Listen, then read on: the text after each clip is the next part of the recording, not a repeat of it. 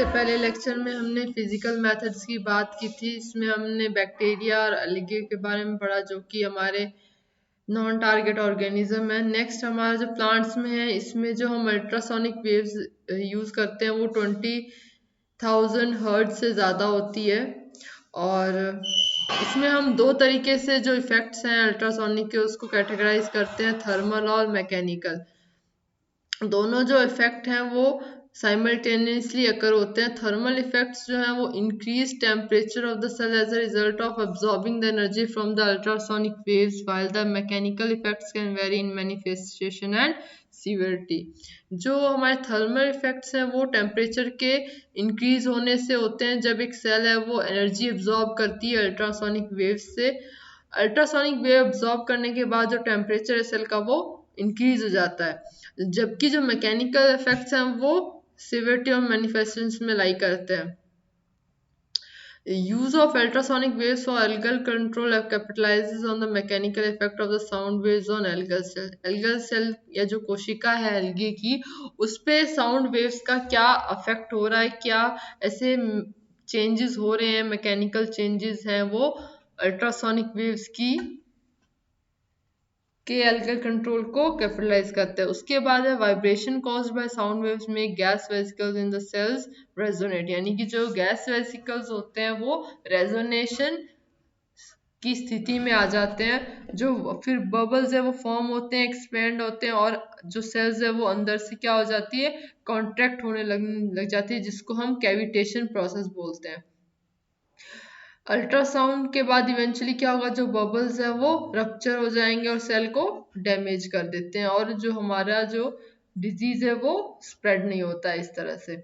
उसके बाद इलेक्ट्रिसिटी का यूज हम कैसे कर सकते हैं in the control of pathogen. उसमें हम क्या करते हैं, हम 2 to 5 वोल्ट ऑफ इलेक्ट्रिसिटी जो है dilute solution of sodium magnesium chloride में हम यूज करते हैं। सबसे पहले डॉल्शियन और स्टोक्स ने 1952 में ये मेथड यूज किया था लेबोरेटरी में, और उसके बाद लियर और जैकब ने 1955 में इसके ऊपर कई ऐसे काम किए थे। बर्निंग, कई ऐसे मेथड्स हैं ताकि हम बर्न कर दें, बाय फ्लडिंग। इसमें कुछ ऐसे हमारे प्लांट्स हैं और उनकी डिजीज हैं जो हम फ्लडिंग से कंट्रोल कर सकते हैं। पहला है wilt of banana, verticillium of cotton, जिसमें वर्टिसिलियम डॉली कॉज करता है, wilt of banana fusarium oxysporum, alternate blight of tomato potato में alternaria porri spam solani, canker and blight of barley. तो ऐसी डिजीज हैं जो हमारी फ्लडिंग से हम कंट्रोल कर सकते हैं। देन फिजिकल के बाद हमारा आता है बायोलॉजिकल कंट्रोल। इसमें जो मेन ऑब्जेक्टिव हमारा ये मेथड यूज करने का है वो है कि हम जो क्वालिटी है फूड की वो मेंटेन रखें, और जो अबंडेंस है यानी कि जितनी मात्रा में हमें वो फूड या क्वांटिटी चाहिए, यानी कि बोथ क्वालिटी एंड क्वांटिटी जो है हम इसमें मेंटेन करते हैं। कई ऐसे अप्रोच हैं जिससे हम बायोलॉजिकल मेथड, ऐसे कई अप्रोच हैं जिससे हम इस डिजीज को कंट्रोल कर सकते हैं या फिर मिटिगेट या प्रिवेंट कर सकते हैं। बायोलॉजिकल कंट्रोल या हम इसे बायो कंट्रोल भी बोलते हैं, कई डिफरेंट एरियाज में पढ़ी जाती है, जैसे एंटोमोलॉजी या प्लांट पैथोलॉजी। एंटोमोलॉजी के हिसाब से देखें तो हम इसमें लाइव प्रीडेटरी इंसेक्ट्स का यूज करते हैं जो कि एंटोमोपैथोजेनिक निमेटोड्स होते हैं या माइक्रोपैथोजेंस होते हैं, जिससे हम पेस्ट इंसेक्ट्स की जो कई वैसी पॉपुलेशन है उनको सप्रेस करते हैं। प्लांट पैथोलॉजी के फॉर्म में देखें तो हम इसमें माइक्रोबियल एंटागोनिस्ट हैं उनको यूज करते हैं डिजीज जो कॉजिंग जो पैथोजेंस हैं उनको कंट्रोल करने के लिए, या जो वीड पॉपुलेशंस है। बोथ फील्ड्स में जो ऑर्गेनिज्म हैं जो कि सप्रेस करते हैं किसी पेस्ट या पैथोजन को, उनको हम बायोलॉजिकल कंट्रोल एजेंट बोलते हैं, यानी कि इन शॉर्ट फॉर्म हम उन्हें BCA बोलते हैं। बायो कंट्रोल या बायोलॉजिकल कंट्रोल जो टर्म है ये सबसे पहले वॉन टर्बॉफ ने दी थी, उसके बाद गैरेट ने 1956 में इस टर्म को सजेस्ट किया था। और गैरेट के अनुसार अंडरवेयर activity of pathogen is reduced through the agency of any other living organism with the result that there is reduction in the incident of the disease caused by pathogen और reduction in disease through agency of one or many living organism other than host plant and man. यानी कि Garrett के अनुसार उनका ये कहना है कि किसी एक पैथोजन को मारने के लिए हम दूसरा लिविंग ऑर्गेनिज्म यूज करें और उस एक्टिविटी को हम हॉल्ट कर दें तो वो क्या है, बायो कंट्रोल है। बेकर और कुक के अनुसार जो बायोलॉजिकल कंट्रोल है वो क्या है, रिडक्शन है किसमें, इनोकुलम डेंसिटी यानी कि एक बैक्टीरियल या एल्गल या वायरस डेंसिटी में जो कि डिजीज प्रोड्यूस करते हैं। और उसके बाद बेकर और कुक ने 1983 में जो है बायोलॉजिकल कंट्रोल को एक मेथड बताया था for the reduction of amount of inoculum or disease production activity of a pathogen accomplished by one or more organism other than man.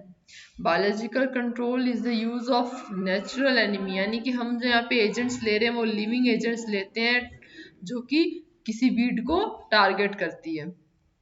सबसे मेन जो हमारा ऑब्जेक्टिव है is to establish self sustaining population of the biological control agents that will proliferate and attack the target weed throughout its range, यानी कि जितनी range में जितने भी वीड्स हैं उनको हम प्रोलिफरेट यानी कि ग्रो होने से जो बायोलॉजिकल कंट्रोल एजेंट्स है वो बचाते हैं। सबसे जो ज्यादा नॉक्शियस वीड्स यानी कि ऐसे वीड्स जो कि कितने भी ट्रीटमेंट के बाद वो ग्रो कर जाते हैं वो हमारे पाए गए हैं नॉर्थ अमेरिका में, वो बहुत ही एग्जॉटिक होते हैं और without specialised natural enemy that occur in the area of origin. As a result, these plants have a competitive advantage over our native species. यानी कि जो हमारी वाइल्ड स्पीशीज है उस पर इसका कई बड़ा फायदा होता है, which have their own specialized herbivores and diseases.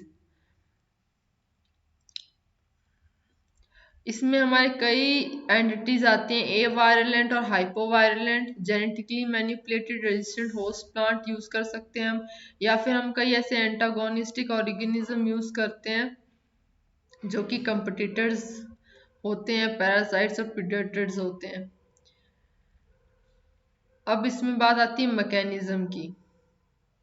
अब इसमें आपका टाइप ऑफ इंटरस्पीशीज एंटागोनिज्म है जो कि biological control of plant pathogen को लीड करते हैं। पहला है हमारा डायरेक्ट एंटागोनिज्म, यानी कि हम सीधे तौर पे क्या कर रहे हैं, लिविंग ऑर्गेनिज्म का यूज कर रहे हैं। मैकेनिज्म हम कौन सा यूज कर रहे हैं, हाइपर पैरासाइटिज्म या प्रीडेशन का। प्रीडेशन में क्या होता है, एक जो प्रे है यहाँ पे वो हमारा पैथोजन है और जो हमारा प्रीडेटर है वो हमारा कौन सा है, जो ऑर्गेनिज्म लिविंग ऑर्गेनिज्म हम यूज कर रहे हैं उस पैथोजन के खिलाफ। और एग्जांपल इसमें है लाइटिक या फिर सम नॉन लाइटिक माइक्रोवायरसेस, एम्पिलोमाइसिस क्वालिस, लाइसोबैक्टर और पेस्चुरिया पेनिट्रेंस। देन ए मिक्स्ड पाथ एंटागोनिज्म में हम एंटीबायोटिक्स का यूज करते हैं, यानी कि 2,4 diacetyl phloroglucinol phenazine, unregulated waste product, ammonia और कार्बन डाइऑक्साइड, लाइटिक एंजाइम जैसे साइटिनेज, ग्लूकनेज। फिजिकल और केमिकल इंटरफेरेंस में हम यूज करते हैं ब्लॉकेज ऑफ सॉइल पोर्स या फिर germination signals consumption. Indirect antagonism में हम कंपटीशन करवाते हैं जिसमें एग्जीक्यूट्स और लीकेट्स कंजप्शन होता है या फिर साइडोफोर स्कैवेंजिंग होती है। हाइपर पैरासाइट्स ऑफ प्रीडेशन में हमारे आते हैं obligate bacterial pathogens, hypoviruses, facultative viruses, predators etcetera. जो पेस्चुरिया पेनिट्रेंस है वो एक ऑब्लिगेट बैक्टीरियल पैथोजन है जो कि रूट नोड निमेटोड्स होता है, that has been used as a BCA. Hypovirus और जो है ये क्या होते हैं, एक तरीके से हाइपर पैरासाइट होते हैं। इसका एक बड़ा एग्जाम्पल है क्राइफोनेक्टीरिया पैरासिटी का, जो कि एक फंगस है जो कि क्या करती है, चेस्टनट ब्लाइट कॉज करती है। इसमें आपके कई एग्जाम्पल दे रखे हैं जो कि हमारे हाइपर पैरासाइट और प्रीडेशन में आते हैं। उसके बाद है कि how biological control agents work, ये काम कैसे करते हैं।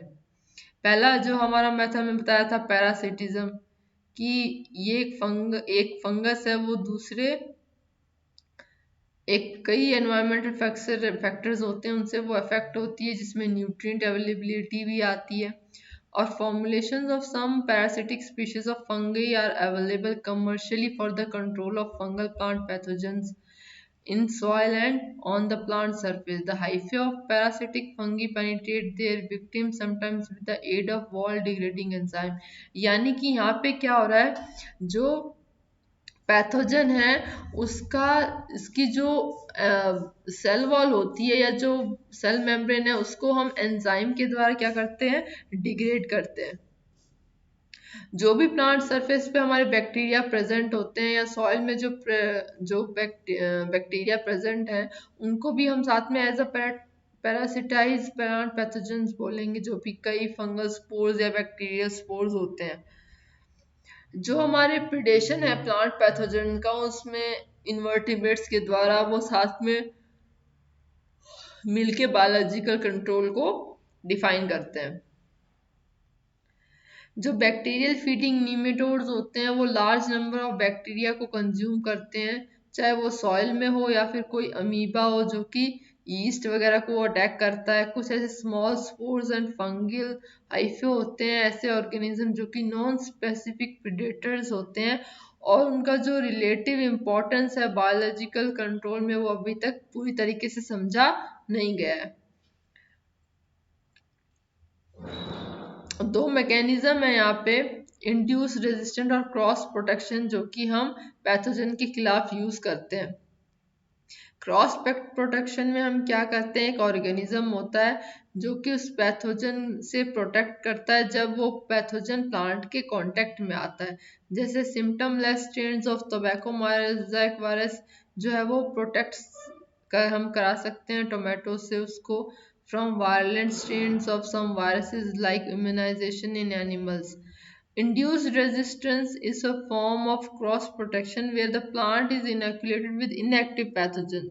यानी कि हम प्लांट को पहले से एक ऐसे पैथोजन से ट्रीट करा रहे हैं जो कि क्या है, इनएक्टिव है, लो डोजेज है पैथोजन की, या फिर पैथोजन डिराइव्ड केमिकल्स हैं, या उसके साथ कुछ ऐसे नॉन पैथोजन स्पीशीज हैं जिससे हम इम्यून रिस्पॉन्स को उस प्लांट में एक्टिवेट कर सकते हैं, जिससे जब पैथोजन उस प्लांट को अटैक करेगा तो एक तरीके से पहले से उस प्लांट में डिफेंस मैकेनिज्म तैयार हो जाता है कि वो उस पैथोजन के खिलाफ लड़ सके। यानी कि हमारे में क्या हो जाता है, एक तरीके से उस प्लांट में मेमोरी सेल्स उत्पन्न हो जाती हैं जिससे वो उस पैथोजन के खिलाफ लड़ सकता है।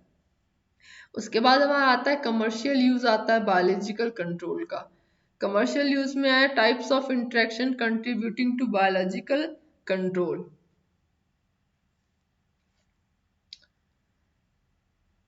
इसमें throughout their life cycle plants and pathogen interact with a wide variety of organism. These interaction can significantly affect plant health in various ways. In order to understand the mechanism of biological control, it is helpful to appreciate the different ways that organism interact. यानी कि किस environment में और कौन सी conditions में organism आपस में interact कर रहे हैं, उसके आधार पे हम जो है बायोलॉजिकल कंट्रोल एजेंट जो है वो रेडी रखते हैं। सबसे पहले ओडम ने 1953 में ये प्रपोज किया था कि अगर जब टू पॉपुलेशन है अलग अलग स्पीशीज की, अलग अलग कम्युनिटीज की, जब वो आपस में इंटरेक्ट करती हैं तो उनका आउटकम है वो भी क्या होता है, डिफरेंट होता है। अब इसमें कई तरह के ऐसे इंटरेक्शंस होते हैं दो कम्युनिटी के बीच में। जैसे पहला है म्यूचुअलिज्म। म्यूचुअलिज्म में क्या होता है, जो दोनों कम्युनिटीज हैं वो एक ही एनवायरनमेंट में एक ही निश में रहती हैं और एक दूसरे से वो क्या करती हैं, बेनिफिट गेन करती हैं, और वो म्यूचुअलिज्म में अपना जो है सर्वाइवल कंप्लीट करती हैं। उसके बाद आता है प्रोटो कोऑपरेशन, देन आता है कमेंसलिज्म। कमेंसलिज्म में क्या है, एक कम्युनिटी को फायदा होता है और दूसरी कम्युनिटी अनअफेक्टेड रहती है। सिमिलरली कुछ ऐसे और भी टर्म्स है, जैसे हमारा कंपटीशन है। कंपटीशन में जो है फूड और न्यूट्रिशन के लिए कंपटीशन होता है। दो हमारी जो भी पॉपुलेशन है या दो टू डिफरेंट जो हमारी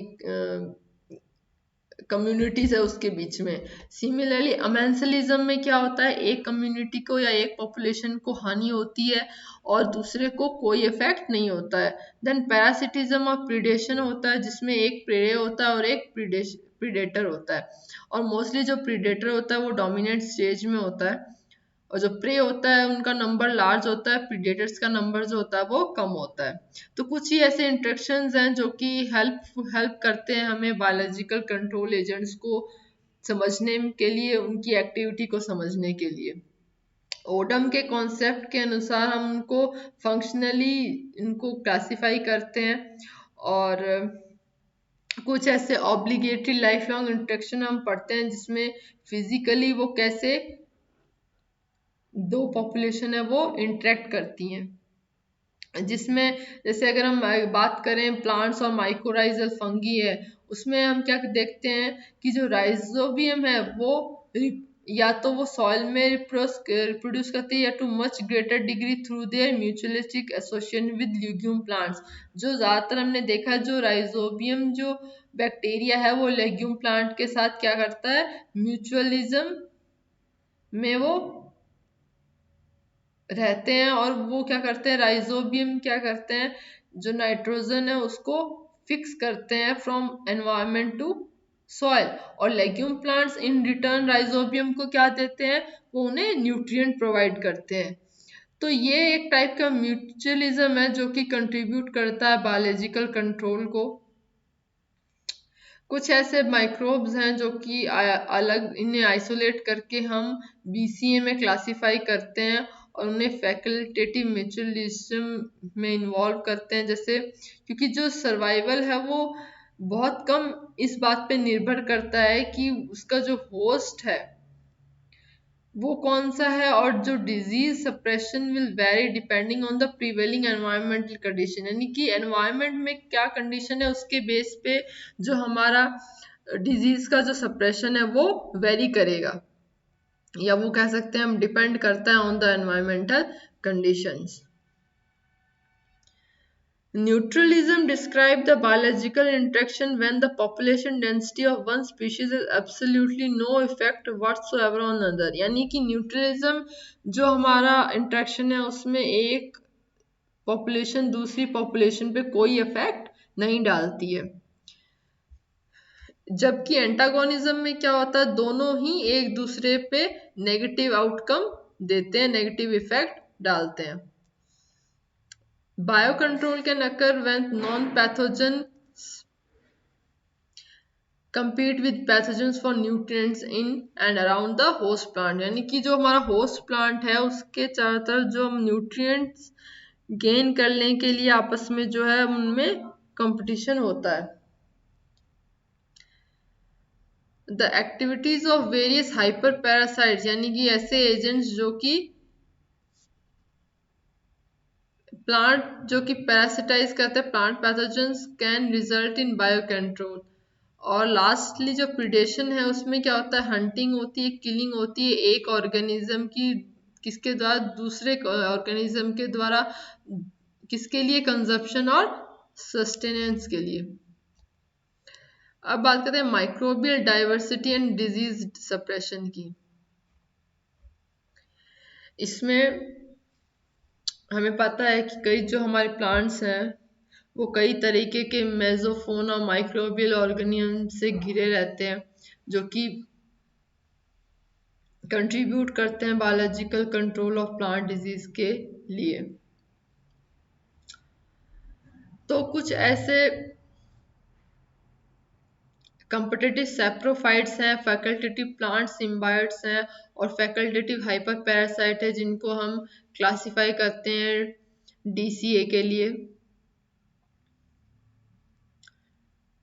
लेकिन कुछ ऐसे बैक्टीरिया होते हैं जो कि कॉलोनाइजेशन करते हैं, यानी कि कॉलोनी फॉर्म करते हैं और बायो कंट्रोल एक्टिविटी को वो एक्सप्रेस करते हैं और उस प्लांट टिश्यू पे ग्रो करते हैं।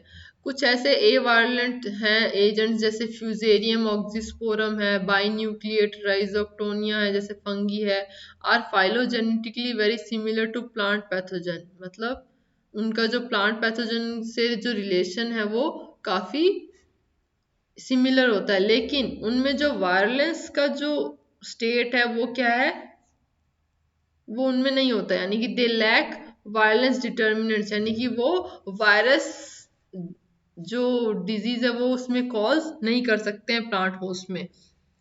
जैसे हमारा पाइथियम ऑब्लिगेंड्रम है, जो पाइथम ऑलिगेंड्रम है are currently classified as distinct species. However, most are phylogenetically distinct from pathogen and most often they are subspecies variant of same microbial groups.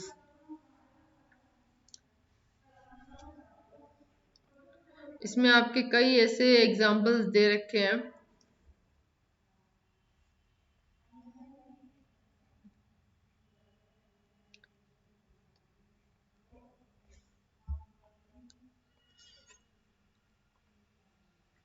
इसमें आपको सारे एग्जाम्पल नहीं देने हैं, कुछ ही ऐसे इंपॉर्टेंट एग्जाम्पल्स हैं जिनको आपको मेंशन करना है बायोलॉजिकल कंट्रोल एजेंट्स में।